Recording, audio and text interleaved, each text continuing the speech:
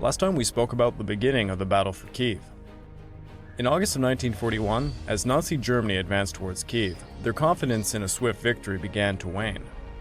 General Fedor von Bock's forces had captured Smolensk, yet the Soviet Red Army, led by Marshal Tashenko, mounted an unexpected and resilient defense. The Soviets, despite their heavy losses, rallied. They mobilized millions, initiating counteroffensives that demonstrated their vast potential. Amidst all of the chaos, logistical troubles plagued the German troops, stretching their resources thin and leading to growing unrest amongst the soldiers, trying to grapple with the devastating casualties. As the battle for Kiev intensified, the realization dawned on German commanders that their aggressive strategy was beginning to fail. Victory was slipping from their grasp. This episode is Zhukov, Guderian, and the Race for Kiev.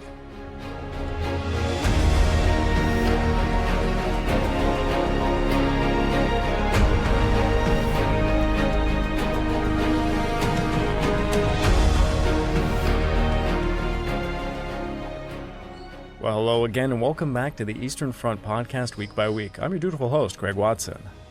But before we begin, I just want to remind you all that this podcast is only made possible through the efforts of Kings and Generals over at YouTube. Perhaps you want to learn a bit more about World War II? Kings and Generals has an assortment of episodes on World War II, and so much more, so go give them a look over at YouTube. So please subscribe to Kings and Generals over at YouTube. You can help produce this content by checking out www.patreon.com/kingsandgenerals. And hey, don't forget about our sister podcasts over at the Pacific War Week by Week podcast and the Fall and Rise of China podcast, both written and narrated by me. And if after all that, if you're still hungry for some more history, why don't you check out my personal channel, the Pacific War channel found over at YouTube, and Echoes of War found on major podcast platforms. Over on YouTube, I just released the third part of my ongoing series covering the Japanese invasion of North China and Inner Mongolia, titled Operation Chahar. If you'd like to further support me, please consider checking out my YouTube membership or my Patreon account at www.patreon.com/PacificWarChannel. By joining either of these, you get access to the exclusive podcast series, early access to all the content I make, and voting rights with subjects I will tackle next.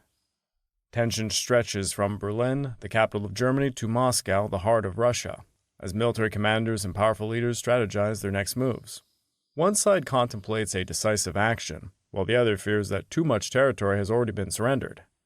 The Red Army must now prepare to confront the Wehrmacht in a critical battle just outside Kyiv, the capital of Ukraine. The last podcast marked a turning point as fighting in the sector of Army Group Center came to a standstill, largely due to exhaustion amongst the troops. In response, Adolf Hitler commanded General Guderian to redirect his forces south towards Ukraine, while General Hermann Hoth provided support for Army Group North, advancing from the north. On August 20th, a report from the 2nd Army's 267th Infantry Division noted that over the preceding 6 days, the division had suffered around 1,000 casualties, bringing its total losses since the war began in the east to approximately 2,700 men. Within the 53rd Army Corps, which included the 267th, overall losses reached 192 officers and about 5,500 soldiers by August 22nd. At the war's outset, the average German infantry division consisted of around 17,000 troops. By the end of August of 1941, the impact of casualties on these divisions was significant. In 14 of the divisions, losses had exceeded 4,000 men. In 40 divisions, over 3,000. In 30 divisions, over 2,000. And 58 divisions recorded losses of fewer than 2,000. On August 21st, fighting around the Elna salient, a bulge in the front line near the Smolensk region, began to ease as the Soviet 24th Army regrouped and received reinforcements in preparation for major offensives expected by the end of the month. Even during this period of relative calm, the German 9th Army Corps, tasked with defending the northern flank of the salient, was so severely under strength that engineers, desperately needing to build roads behind the front, were forced to fight as infantry for many weeks. The term quiet seems almost ironic considering the continuous losses being inflicted. The 137th Infantry Division was reporting losing over 50 men daily in localized skirmishes between August 20th and the 30th, while their neighboring 263rd Infantry Division lost around 1,200 men from August 20th to the 27th, averaging about 150 losses per day. Following an inspection of the Elna front lines, Chief of the General Staff Franz Halder noted, "Troops were strained. Enemy artillery activity is unpleasant, and our munitions are limited. Mines and wire are absent." As August came to a close, the anticipated Soviet offensive finally commenced, featuring 8 rifle divisions, 2 tank divisions, and 1 motorized infantry division, all supported by 800 artillery pieces, mortars, and multiple rocket launchers. The Soviet forces under General Georgy Zhukov's reserve front were organized into two shock groups positioned north and south of the salient. For the first time, this offensive was coordinated with simultaneous attacks by the Western Front in the north at Dukhavshchina and the Bryansk Front in the south of Ryslav and Novozhivkov. On the offensive first day, that being on August 30th, the Soviets penetrated 10 kilometers into the southern flank of General Gunther von Kluge's forces, prompting Field Marshal Fedor von Bock to dispatch 2 divisions, including the 10th Panzer Division, to stabilize the situation. Heavy fighting ensued until September the 2nd, when Bock decided to abandon the Yelna salient, deeming it purposeless and noting that the divisions there were being bled white over time. Thus, after 6 weeks of fierce combat and staggering losses, the Yelna salient ultimately proved ineffective, an appalling illustration of the aimless strategic direction of Army Group Center, as soldier Franz Frisch, who fought in these battles, later reflected. Officially, it was called a planned withdrawal and a correction of the front lines, but to me, it was so much bullshit. The Russians were kicking us badly, and we had to regroup. The next day, or maybe a few days later, we heard on the radio, in the news from the front, die Wehrmachtsbreche, about the successful front correction in our Yelna defensive line, which was east of Smolensk, and the enormous losses we had inflicted on the enemy. But no single word was heard about a retreat, about the hopelessness of the situation, about the mental and emotional stagnation and the numbness of the German soldiers. In short, it was again a victory, but we on the front line were running back like rabbits in front of a fox. This metamorphosis of the truth from all shit to it was a victory baffled me, and those of my comrades who dared to think. Franz Frisch was not the only German soldier to be taken aback by the stark contrast between the glorified wartime propaganda and the harsh reality faced on the front lines.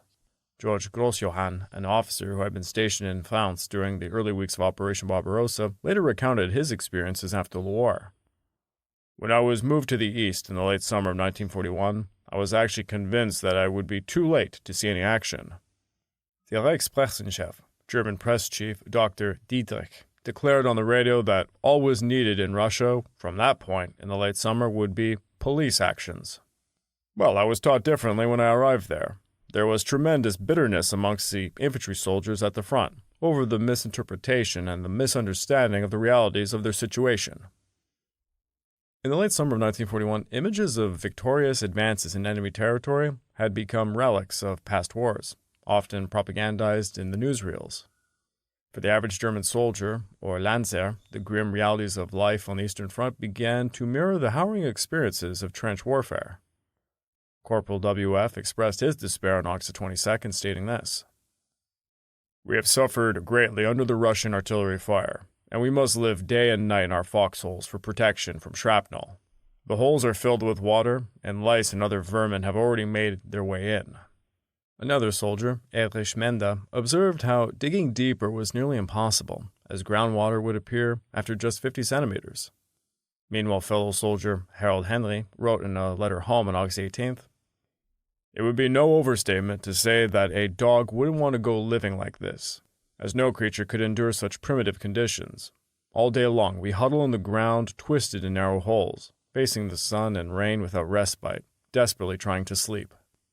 If the living conditions were harsh, they were only compounded by the constant terror of combat that dominated life on the front. Just days later, on August 22nd, Henry expressed his mental anguish in another letter, capturing the toll of the war in his psyche. "Yesterday was a day so immersed in blood, so full of dead and wounded, so blasted by crackling salvos, shrapnel from shells, and groans and shrieks of the wounded.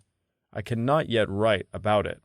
As if by a wonder, I was drawn from the heaviest fighting in the afternoon, and remained until now unhurt.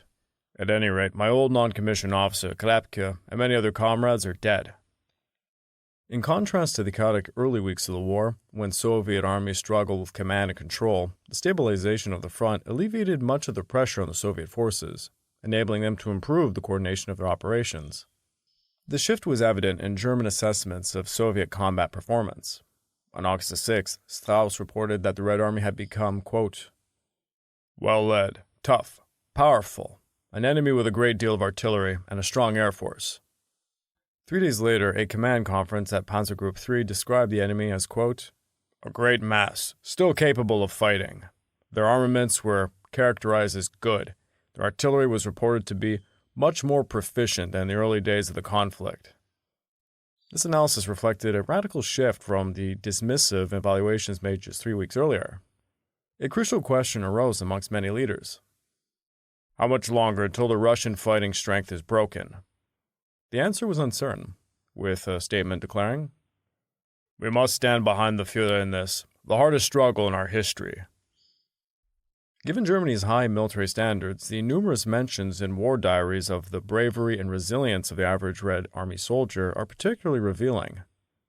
Lieb noted in his diary on August the 5th the challenges of the battle and the tenacity of the Russians, remarking on the daily report from the 18th Army that, quote, 40 prisoners and 500 dead Russians at Maru. Another German general reflected after the war, "The Russian civilian was tough, and the Russian soldier even tougher. He seemed to have an illimitable capacity for obedience and endurance." While the German invaders begrudgingly accepted the fanatical commitment of fighting to the last man, many aspects of the war in the East shocked and revolted them, highlighting the totality of the Soviet approach to warfare. Many German soldiers reacted with indignation upon encountering Soviet women serving as combatants. Karl Fuchs, a soldier in the 7th Panzer Division, wrote home to his wife, "When I get home, I will tell you endless horror stories about Russia. Yesterday, for instance, we saw our first women soldiers, Russian women, their hair shorn in uniform. And these pigs fired on our decent German soldiers from ambush positions." Hans von Luck, also in the 7th Panzer Division, recounted an encounter with a dog in an abandoned village that ran up to meet them, only to disappear under one of their armored vehicles. This triggered an explosion that damaged the vehicle. Luck explained incredulously, "We ran to it and discovered that the dead dog had an explosive charge concealed in the fur on its back, with a removable pin as a detonator. When the dog crawled, the detonator tipped over and triggered the explosion. The dog had been trained to find meat under armored vehicles." The Molotov cocktail emerged as another sign of Soviet desperation in the face of inadequate anti-tank defenses. This improvised explosive device filled with gasoline or kerosene was ignited on impact through a burning wick. Originally used by Franco's troops in the Spanish Civil War, it was later employed more effectively by the Finnish army during the Winter War, where it gained its name, an unflattering reference to Soviet Foreign Minister Vyacheslav Molotov. During the early days of Operation Barbarossa, even Molotov cocktails were in short supply, but their success later prompted factories to produce them at a rate of 120,000 per day. The fanaticism of Soviet resistance was evident not only in their novel use of improvised weaponry, but also in their combat tactics. Accounts describe Soviet soldiers pretending to surrender, only to open fire or stab their captors at close range. Numerous reports attest to dead Soviet soldiers suddenly springing back to life and ambushing unsuspecting Germans. It's very reminiscent of what the Japanese did to American Marines in the island-hopping warfare. In his memoir, Manstein recounted that there were more than enough cases where Soviet soldiers, after throwing up their hands as if to surrender, reached for their arms as soon as our infantry came in close, or where Soviet wounded feigned death and then fired on our troops when our backs were turned. Warfare on the Eastern Front was as ferocious as it was brutal, with combatants on both sides often unwilling to give quarter or observe the usual conventions of war. The Germans had initiated a war of annihilation in the East, intent on starving millions and enslaving those who remained. Yet, unlike their previous campaigns, this time they faced a determined opposition, employing every possible means of resistance. Theodor Muge, a non-commissioned artillery officer serving with the Second Army, poignantly remarked, "Every day brought new victims." By the end of August, after just 9 weeks of conflict against the Soviet Union, German losses had amounted to 14,457 officers and nearly 400,000 soldiers.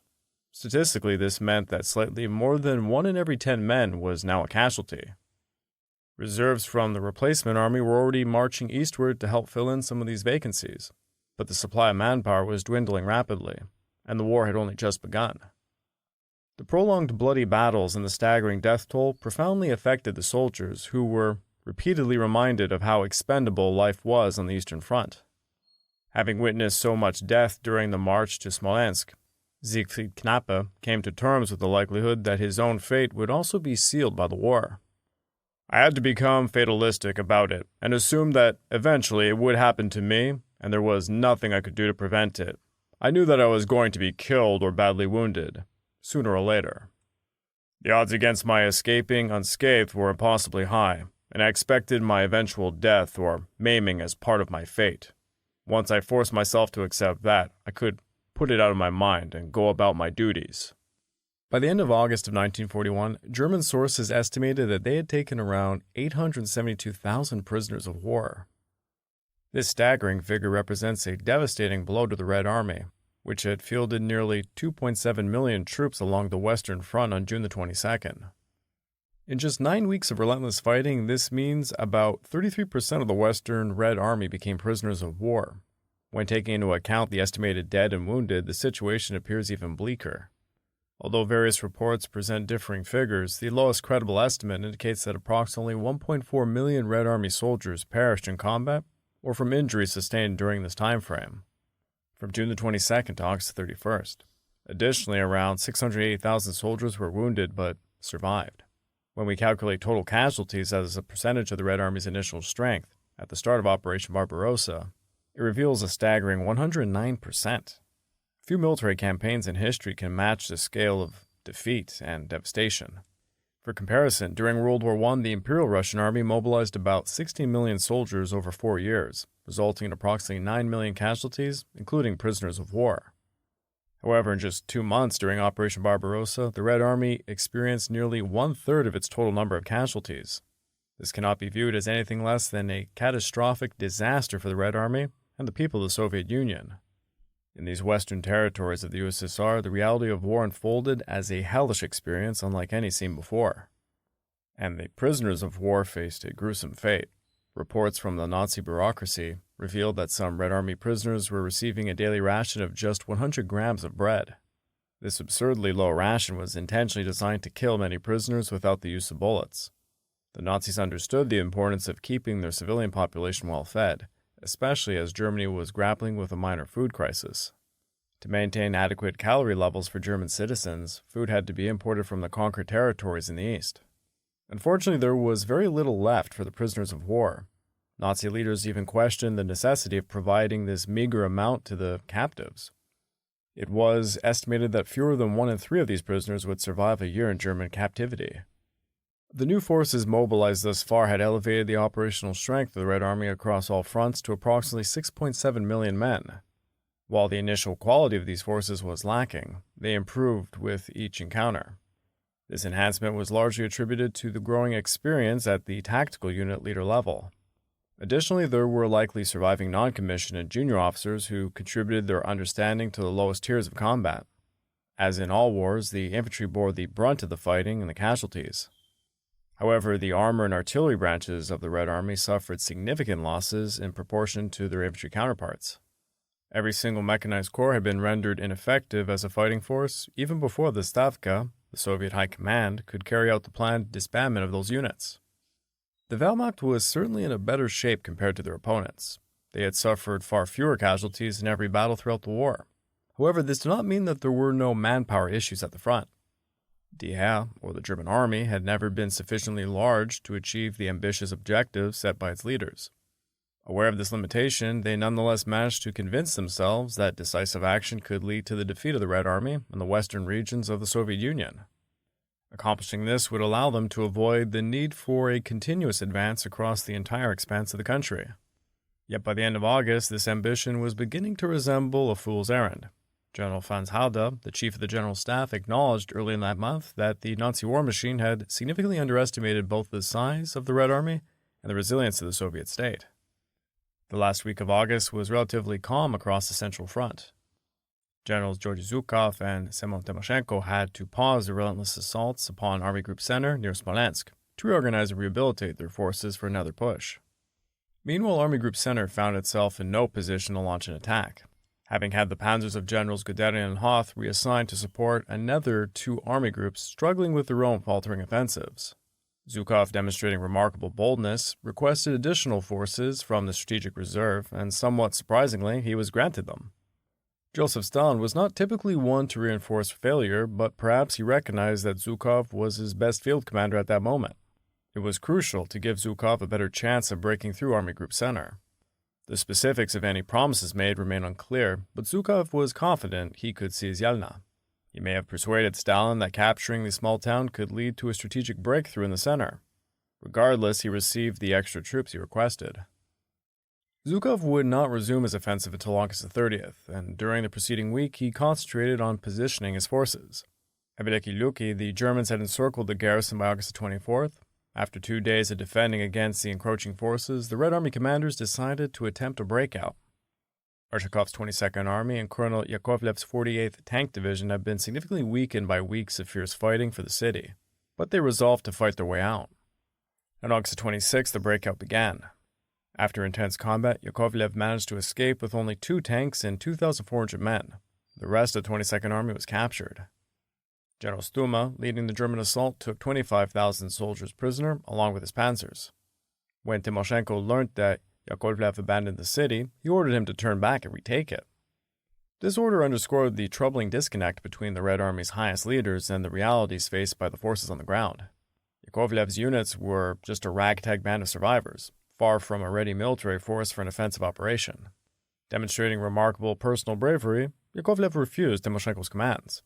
Unfortunately, he was arrested and he would be executed.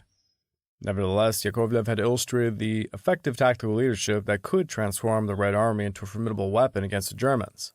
He led an understrength tank division armed with no more than the equivalent of a regiment's vehicles to recapture a city defended by strong infantry forces.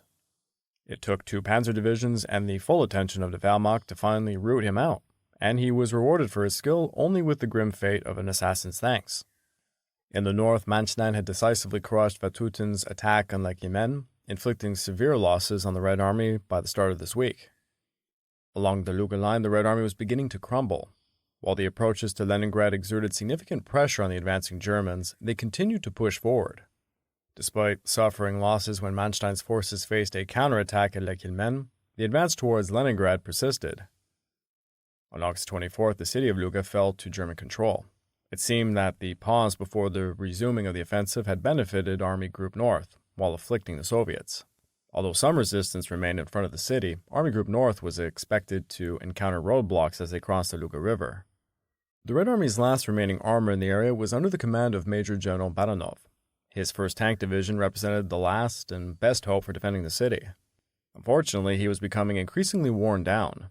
In the last week, he decided to avoid major engagements and conserve his resources through smaller delaying actions. These platoon-sized attacks proved effective, enabling savvy small unit leaders to choose situations that proved advantageous in numbers, positioning, and preparation. Meanwhile, the 8th Panzer Division had finally recovered from its drubbing at Soltsi and was reintegrating into the fighting. Once again, however, it faced significant challenges. Lieutenant Kolobanov, leading a small platoon of KV-1 tanks in the defense of Krasnogravdinsk, achieved remarkable success by destroying approximately 40 German tanks. The defense of the city continued to hold firm through the end of the month. Over to the east, the battle to encircle Leningrad continued as General Schmidt's 39th Panzer Corps advanced from the south. After cutting the main Leningrad-Moscow railway line, they pushed towards Miga, the center of the last operational rail junction serving Leningrad. On August 30th, the town fell to the men of the 12th Panzer Division. Leningrad was now isolated, a status that would persist until 1944. Although the siege of the city had yet to begin, it was effectively cut off from the outside world. Notably, just before the 12th Panzer Division arrived in Miga, workers and machinery from the Kirov tank plant successfully evacuated via rail to Chelyabinsk. Once there, they were able to rebuild the factory and resume production of KV-1 tanks. This sort of initiative was critical to the long-term war effort. Remarkably, the Germans remained largely oblivious to this and other industrial relocation efforts that were underway. With this accomplishment, Generals Leib and Hopna began to consider whether a direct assault on the city was even feasible. This decision sparked debate. It was argued that panzers had successfully captured Minsk, Smolensk, and other smaller towns with relative ease.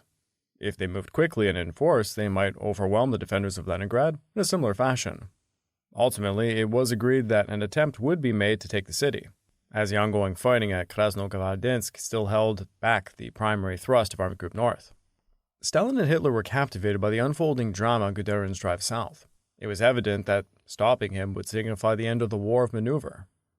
An attrition war was already taking shape east of Smolensk, and it would soon become a sluggish match of equal proportions between Army Group North and the Northwestern Front. All hopes of the Stavka rested on Lieutenant General Eremenko.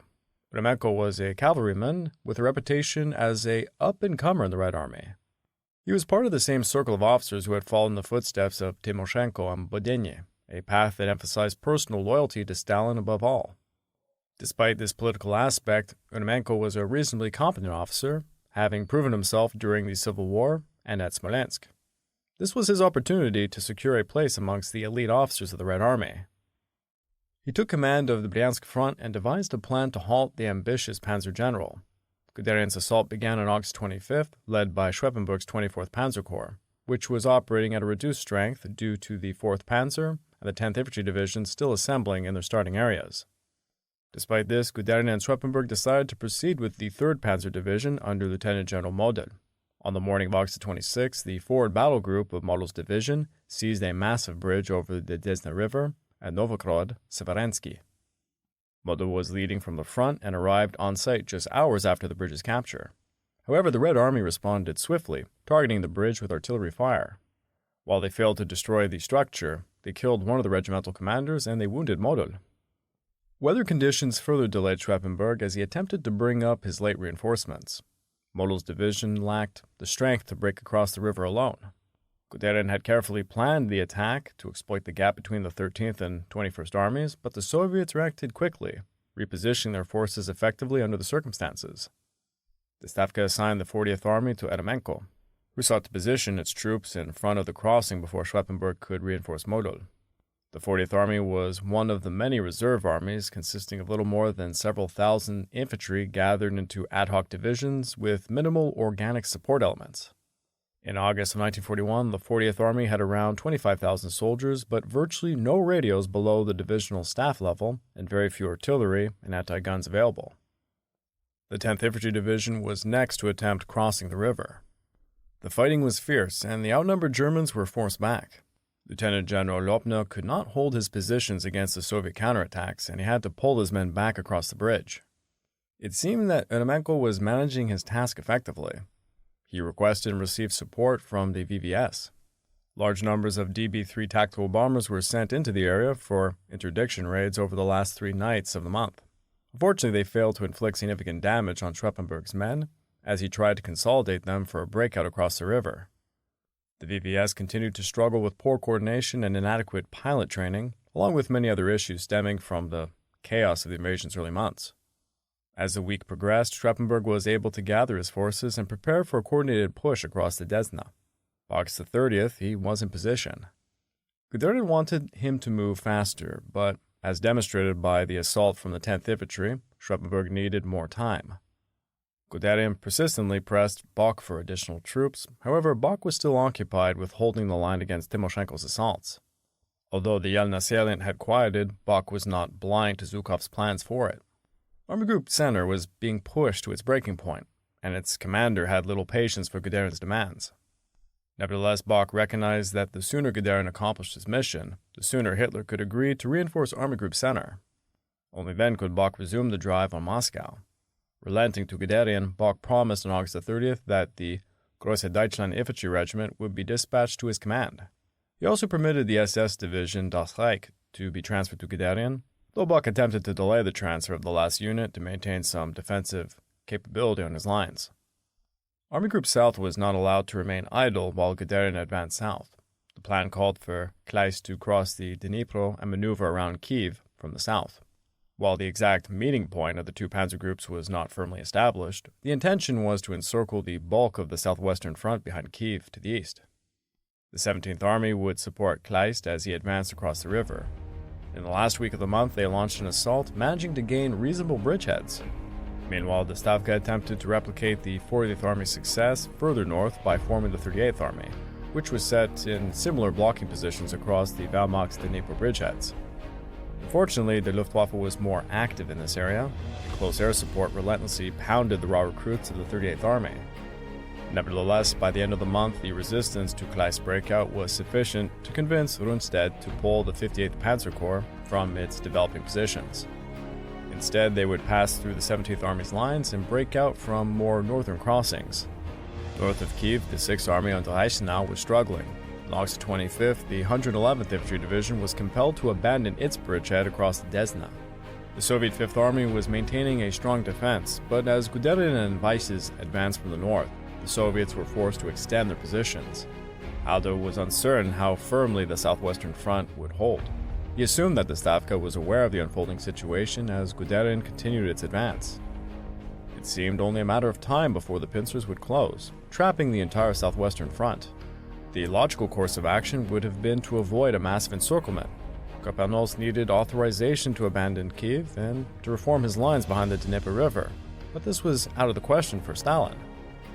He insisted that Kopernos remain in position and defend the city. I would like to take this time to remind all of you that this podcast is only made possible through the efforts of Kings and Generals over at YouTube. Please go subscribe to Kings and Generals over at YouTube. You can help produce this content by checking out www.patreon.com/kingsandgenerals. And don't forget about our sister podcast over at the Pacific War Week by Week podcast and the Fall and Rise of China podcast, both written and narrated by me. Hey, if you're still hungry for some more history, why don't you check out my personal channel, Pacific War channel found over at YouTube, and Echoes of War, my podcast series found on all major podcast platforms. If you'd like to further support me, please consider checking out my YouTube membership or my Patreon account at www.patreon.com/PacificWarChannel. By joining either of these, you get access to the exclusive podcast series, early access to all the content I make, and voting rights for the subjects I will tackle next. In August of 1941, as Nazi Germany advanced towards Kyiv, confidence waned amidst fierce Soviet resistance led by Marshal Tashenko. Despite heavy losses, the Red Army regrouped and initiated counteroffensives, outmatching the wary German troops struggling with logistics. Remarkably, both sides demonstrated unyielding fighting spirit, with the Soviet tactics evolving rapidly. As the battle raged, the grim reality of war unfolded, revealing the deep toll of combat and the determination of soldiers on both fronts, altering the course of history.